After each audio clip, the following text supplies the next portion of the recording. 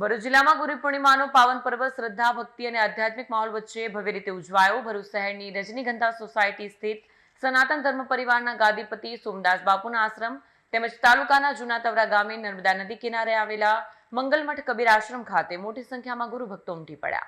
સનાતન ધર્મ પરિવારના આશ્રમમાં વહેલી સવારથી જ ગુજરાતના વિવિધ જિલ્લાઓમાંથી ભાવિકો પહોંચ્યા. ભજન, સત્સંગ, ગુરુવંદના, ગુરુપૂજન અને મહાપ્રસાદ જેવા ધાર્મિક કાર્યક્રમો યોજાયા. સોમદાસ બાપુએ પોતાના આશીર્વચનમાં વ્યસન મુક્તિ, સંસ્કાર, સેવા અને સત્સંગમય જીવન જીવવાનો સંદેશ આપ્યો. કાર્યક્રમમાં ભરૂચના ધારાસભ્ય રમેશ મિસ્ત્રી, જિલ્લા ભાજપ પ્રમુખ પ્રકાશ મોદી, પાલિકા પ્રમુખ દેવેન્દ્રસિંહ વસાવા સહિત અનેક આગેવાનો ઉપસ્થિત રહ્યા હતા. આજે ગુરુ પૂર્ણિમાનો ઉત્સવ છે. ભરૂચમાં, રાજ્યમાં અને સમગ્ર દેશમાં આપણી આ હજારો વર્ષની પરંપરાનું આજે નિર્વહન થઈ રહ્યું છે. આજે સત્ય સનાતન ધર્મ પરિવારના વડા પૂજ્ય સોમદાસ બાપુની નિશ્રામાં હજારો સંખ્યામાં ભક્તો અહીંયા આવીને એમના દર્શન પ્રાપ્ત કરી રહ્યા છે.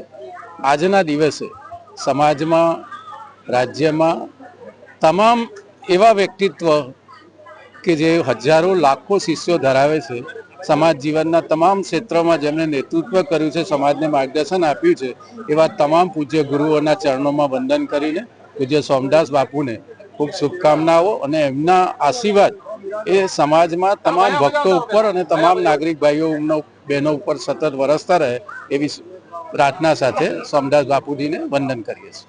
બીજી તરફ જૂના તવરા ગામે નર્મદા કિનારે આવેલા મંગલમઠ કબીર આશ્રમમાં મહંત શ્રી ચેતનદાસ સાહેબના સાનિધ્યમાં ગુરુ પૂર્ણિમાની ભવ્ય ઉજવણી કરવામાં આવી. ગુરુ પૂજન, મહાઆરતી અને મહાપ્રસાદનું આયોજન કરાયું. મોટી સંખ્યામાં ગુરુ ભક્તોની ઉપસ્થિતિ રહી. જિલ્લાના બંને આશ્રમોમાં દિવસભર ભક્તિમય વાતાવરણ જોવા મળ્યું. જય ગુરુદેવના જયઘોષ સાથે ગુરુ પૂર્ણિમાનો પવિત્ર અવસર સફળતાપૂર્વક સંપન્ન કરવામાં આવ્યો. વિડીયો જર્નાલિસ્ટ વિરેન્દ્ર પાટીલ સાથે સત્ય ટીવી ન્યૂઝ ભરૂચ.